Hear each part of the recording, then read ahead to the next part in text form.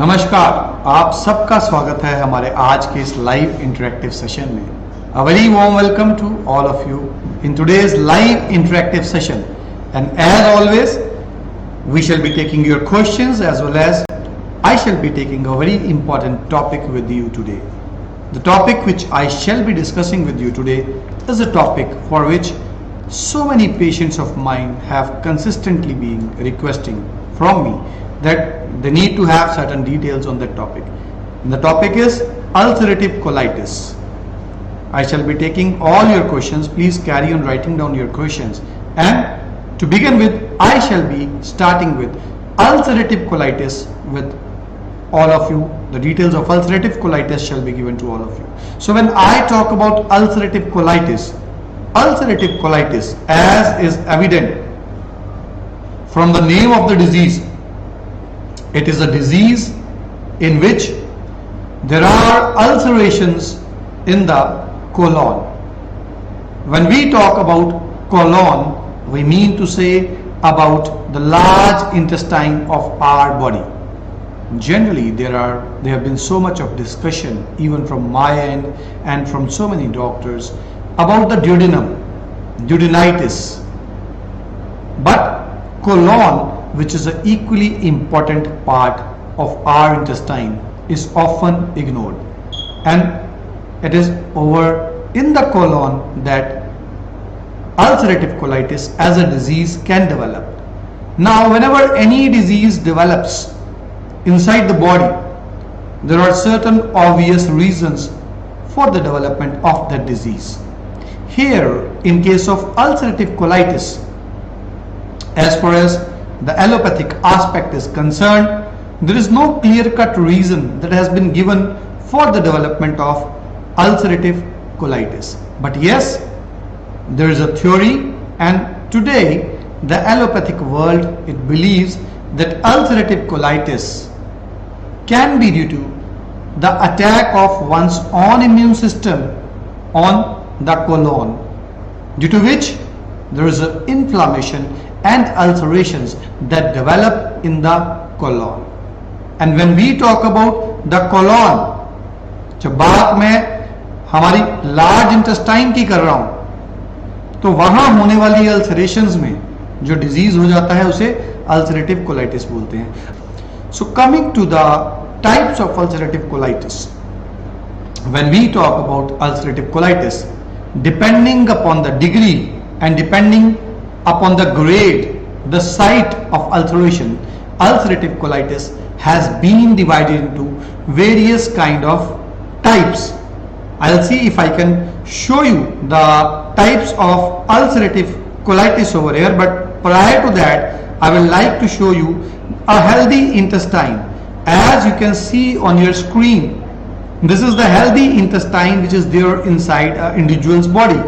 You can see the ascending colon, the transverse colon, the descending colon, sigmoid colon and rectum in a normal intestine. There is no inflammation in this intestine, as you can see over here.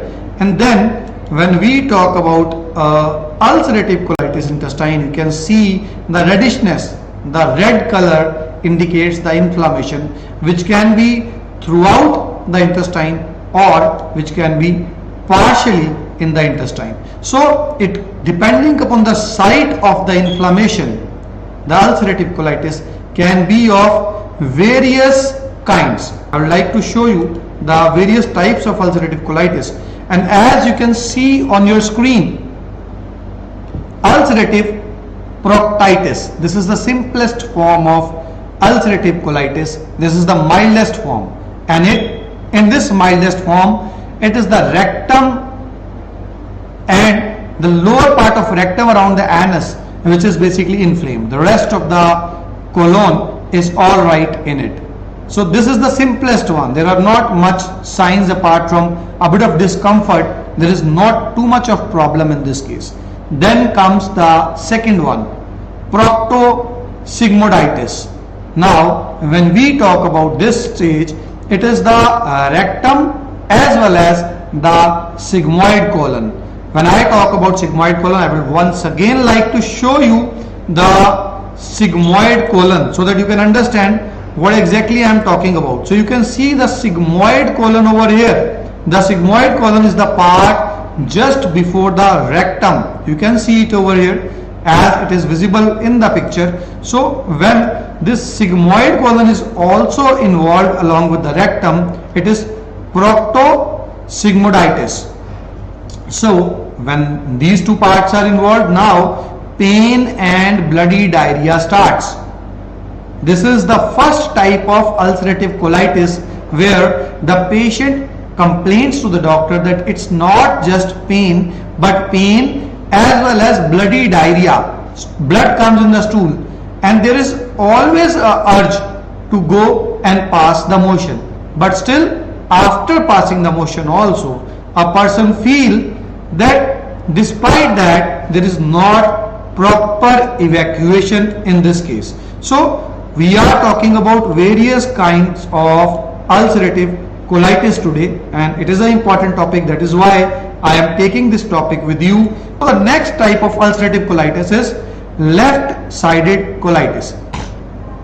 As is visible from the name also, it is the rectum which is involved, sigmoid colon that is involved, and with sigmoid colon it is the descending colon also which is involved over here. I would like to show you the descending colon. You can see that from the rectum it is the sigmoid colon. From the sigmoid colon, the next part, descending colon, is also involved over here in this condition, and that is why it is more advanced stage to the proctosigmoiditis or the ulcerative proctitis. So in this part, when more part of the intestine is involved now, bloody diarrhea becomes more evident.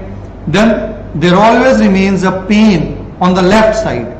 Along with this, a person may start experiencing weight loss over here. Now this is an advanced stage, a real advanced one, and after this comes the pancolitis.